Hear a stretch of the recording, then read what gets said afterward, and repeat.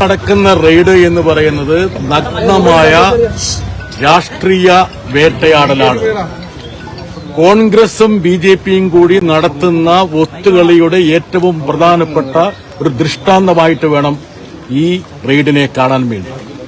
ഇന്നലെ കേരളത്തിന്റെ മുഖ്യമന്ത്രി ഡൽഹിയിലെത്തുന്നു.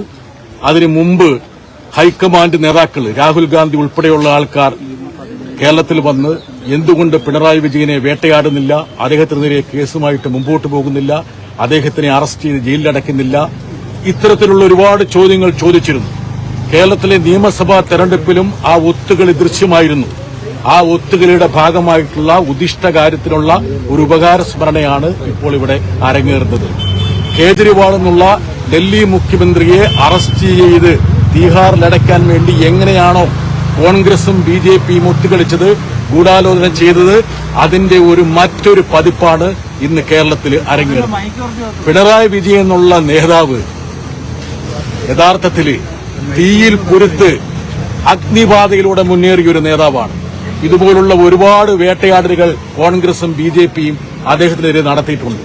അടിയന്തരാവസ്ഥ കാലത്ത് അദ്ദേഹത്തെ മർദ്ദിച്ച് ഇഞ്ചപ്പരുവത്തിലാക്കി അവിടെ നിന്നൊരു ഫീനിക്സ് പക്ഷിയെ പോലെയാണ് അദ്ദേഹം ഉയർത്തെഴുന്നേറ്റത്. അതുപോലെ തന്നെ കേരളത്തിലെ സിപിഎമ്മിനെ നയിച്ചതിന്റെ ഭാഗമായിട്ട് അദ്ദേഹത്തിനെ വേട്ടയാടി. അദ്ദേഹത്തിനെതിരെ പ്രചരിപ്പിക്കാത്ത കഥകളില്ല. സിബിഐ കേസുകൊണ്ട് അദ്ദേഹത്തിനെ വേട്ടയാടാൻ ശ്രമിച്ചു. എല്ലാ കോടതികളും ചവറ്റുകൊട്ടയിലെറിഞ്ഞ ലാവലിംഗ് കേസിന്റെ ഒരു ദൃഷ്ടാന്തം കൂടി നമ്മൾ ഓർക്കുന്ന നന്നായിരിക്കും.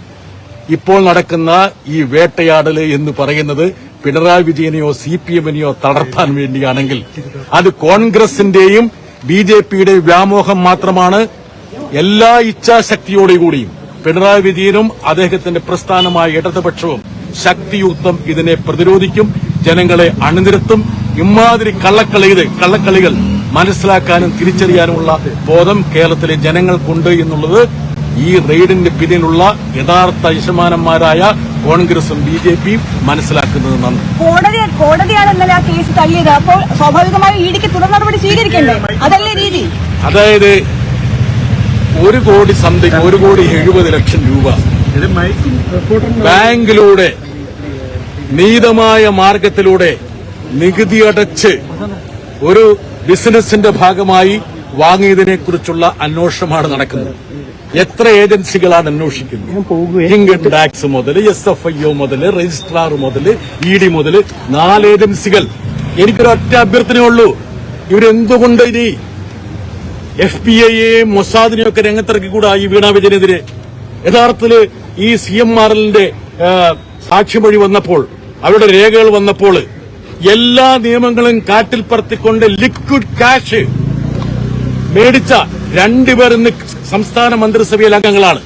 യഥാർത്ഥത്തിൽ ഏറ്റവും പ്രധാനപ്പെട്ട ഒരു കുറ്റകൃത്യം എന്ന് പറയുന്നത് കണക്കിൽപ്പെടാത്ത പണം വാങ്ങിയെന്ന് CMRL വ്യക്തമാക്കിയ 2 പേരല്ലേ?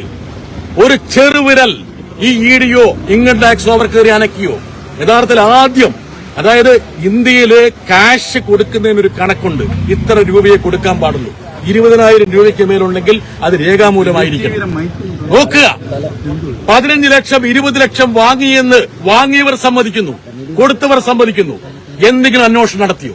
അതേസമയം നീതമായ നിയമാനുസൃതമായിട്ടുള്ള ഒരു ബിസിനസിന്റെ ഭാഗമായി നികുതി അടച്ചു വാങ്ങിയെന്ന് ആ മഹിള, ആ വനിത ചെറുപ്പക്കാരി പറഞ്ഞു. അതാണോ ഇവിടുത്തെ ഏറ്റവും വലിയ കുറ്റകൃത്യം എന്ന് പറയുന്നത്? അങ്ങനെയാണെങ്കിൽ അന്വേഷിക്കുന്നതിന് യാതൊരു തടസ്സവുമില്ല. 2019 മുതൽ അന്വേഷിച്ചുകൊണ്ടിരിക്കുകയാണ്. അന്വേഷിക്കട്ടെ. അതായത് പിണറായി വിജയനെ പോലുള്ള വളരെയധികം ബഹുമാനം ആർജിക്കുന്ന ഒരു വ്യക്തിയെ കളങ്കപ്പെടുത്തി അപമാനിച്ച് ടാർഗറ്റ് ചെയ്ത് ഇതുപോലുള്ള മാധ്യമങ്ങൾക്ക് ഇന്നലെ തന്നെ ചോർത്തിക്കൊടുത്ത് കുറ്റപത്രം ആരുടെ കൈ കിട്ടാൻ അർഹതയുള്ളത്? കുറ്റപത്രം ഇങ്ങനെ മാധ്യമങ്ങളുടെ കൈ കിട്ടി? കുറ്റപത്രം കിട്ടാൻ അർഹതയുള്ളവരാരാണ്? അതായത് വാദി, പ്രതി, ഇവരൊക്കെയല്ലേ? കംപ്ലൈനന്റ് ഒക്കെയല്ലേ? എങ്ങനെ കുറ്റപത്രം ചോർന്നു? എങ്ങനെ ഇന്നത്തെ റെയ്ഡിന്റെ വിവരങ്ങൾ മാധ്യമങ്ങൾക്ക് പറഞ്ഞു കിട്ടി? എല്ലാ തരത്തിലുള്ള നിയമങ്ങളിൽ ലംഘിച്ചുകൊണ്ടുള്ളതാണ് നടക്കുന്നത്. ഏത് അന്വേഷണം ഇവിടെ ഇപ്പോൾ ED റെയ്ഡ് നടക്കുന്നു. കേരളത്തിലെ മഹത്തായിട്ടുള്ള പ്രസ്ഥാനമാണ് സിപിഎമ്മിന് ED റെയ്ഡ് തടയണമെന്നുമല്ലോ ആഗ്രഹമുണ്ടോ? നടക്കട്ടെ. എന്ത് ചോദ്യങ്ങൾ അവർ ചോദിക്കട്ടെ, എന്ത് കടലാസുകൾ അവർ ആകട്ടെ, അദ്ദേഹത്തിന്റെ മൊഴിയെടുക്കട്ടെ. അതിനൊന്നും ഞങ്ങൾ തടസ്സമല്ല. പക്ഷെ ഒരു കാര്യം നമ്മൾ മനസ്സിലാക്കണം, അതായത് രാജ്യത്ത് ED കേസുകളിൽ 1% പോലും കൺവിക്ഷൻ ഇല്ല. 1% പോലും. പാർലമെന്റിൽ ഞങ്ങളെപ്പോലുള്ള ആൾക്കാർ ചോദിച്ച ചോദ്യങ്ങൾക്കുള്ള മറുപടിയുണ്ട്. 99% കേസുകളും വ്യാജമായി കെട്ടിച്ചമച്ച കേസുകളാണ്. ഡൽഹി ഹൈക്കോടതി കേജ്രിവാളിന്റെ കേസ് വന്നപ്പോൾ ചവറ്റുകൊട്ടയിലേക്ക് എറിഞ്ഞു. കേസ് എന്ന് പറയുന്ന അപസർപ്പക കഥയല്ല, നിങ്ങളുടെ ഭാവനയല്ല, വസ്തുതാപരമായിട്ട് വേണമെന്ന് കേജ്രിവാളിന്റെ കേസിൽ ഡൽഹി ഹൈക്കോടതി വിധി പറഞ്ഞത് നിങ്ങൾക്ക് ഓർമ്മയില്ലേ? അഗ്നിശുദ്ധി വരുത്തി തിരിച്ചു വരാനാണെങ്കിൽ നല്ലതല്ലേ? പിണറായി വിജയൻ ഒരുപാട് കാലമായിട്ട് കേരളത്തിന്റെ പൊതുസമൂഹത്തിൽ പ്രവർത്തിക്കുന്ന ആളാണ്. ഈ അടിയന്തരാവസ്ഥക്കാർക്ക് ഇന്ന് കേരളം ഭരിക്കുന്ന കോൺഗ്രസുകാരുടെ നേതാവല്ലേ അദ്ദേഹത്തെ അറസ്റ്റ് ചെയ്ത് അദ്ദേഹത്തിനെ മർദ്ദിച്ച് അവശനാക്കി അദ്ദേഹത്തിന് ശാരീരികമായിട്ട് ഇല്ലായ്മ ചെയ്യാൻ ശ്രമിച്ചത്? അവിടെ നിന്ന് അദ്ദേഹം ഉദിച്ചുയർന്നില്ലേ? അതിനുശേഷം ഞാനൊരു കാര്യം പറഞ്ഞല്ലോ, മുഖ്യമന്ത്രിയുടെ മകള് കേൾക്കുക, മുഖ്യമന്ത്രിയുടെ മകള് നിയമാനുസൃതമായിട്ട് ഇക്കാര്യത്തിൽ ചെയ്യേണ്ട എല്ലാ നടപടികളും പൂർത്തിയാക്കും. അതിനാരും തടസ്സപ്പെടുത്താൻ പോകുന്നില്ല. ഞാൻ നേരത്തെ സൂചിപ്പിച്ചല്ലോ, ഞാൻ ചോദിച്ചൊരു ചോദ്യത്തോട് നിങ്ങൾ പ്രതികരിക്കണം, അല്ലെങ്കിൽ കേരളത്തിലെ പൊതുസമൂഹം പ്രതികരിക്കണം. CMRL എന്ന് പറയുന്ന ഒരു സ്ഥാപനം ലിക്വിഡ് ക്യാഷ് ലക്ഷക്കണക്കിന് രൂപ നൽകിയ 2 രാഷ്ട്രീയ നേതാക്കൾ സംസ്ഥാന മന്ത്രിസഭയിൽ അംഗങ്ങളാണ്. അവർ തന്നെ സമ്മതിക്കുകയും ചെയ്തു. അതിനെക്കുറിച്ച് എന്തെങ്കിലും ഒരു അന്വേഷണം അല്ല, അന്ന് ആ ആരോപണം ഉയർന്ന സമയത്തുണ്ടായിരുന്നത് പിണറായി വിജയൻ സർക്കാരാണ്. എന്തുകൊണ്ട് അത് അന്വേഷിച്ചില്ല? കേന്ദ്ര ഏജൻസികളല്ലേ അന്വേഷണം ഏറ്റെടുത്ത്? സംസ്ഥാന സർക്കാരല്ല ഈ സാമ്പത്തിക കുറ്റകൃത്യങ്ങളുമായി ബന്ധപ്പെട്ട കാര്യങ്ങൾ അന്വേഷിക്കുന്നത്. ഒരുപക്ഷെ അതേക്കുറിച്ചൊരു ഗ്രഹപാഠം നിങ്ങൾ ചെയ്തോളൂ. അതുകൊണ്ടാണ് ഇനി സംസ്ഥാന ഗവൺമെന്റ് അന്വേഷിക്കാൻ ഇറങ്ങി പുറപ്പെട്ടു കഴിഞ്ഞാൽ അത് അട്ടിമറിക്കാൻ വേണ്ടിയാണ് സംസ്ഥാന പോലീസ് ഇറങ്ങി പുറപ്പെട്ടത് നിങ്ങൾ വിചാരിക്കും. ഇവിടെ എന്തെല്ലാം തരത്തില് മിഡ് നൈറ്റ് ഹൈസ്റ്റ് നടന്നില്ലേ? കൊടകരയില് കുഴൽപ്പണത്തിന്റെ വേട്ട നടന്നില്ലേ? സ്വന്തം പാർട്ടിക്ക് ട്രക്കിന് വേണ്ടിയിട്ട് പണം കൊണ്ടുവന്ന് ആ ട്രക്കിലെ പണം അർദ്ധരാത്രിയിൽ അവർ തന്നെ കൊള്ളയടിച്ച സംഭവം ഉണ്ടായില്ലേ? ഈ എൻഫോഴ്സ്മെന്റ് ഡയറക്ടർ എവിടെയായിരുന്നു? ആരുടെയെങ്കിലും ഒരു പോയിട്ടുണ്ടോ? ഒരു പേരിന് പോയിട്ടുണ്ടോ?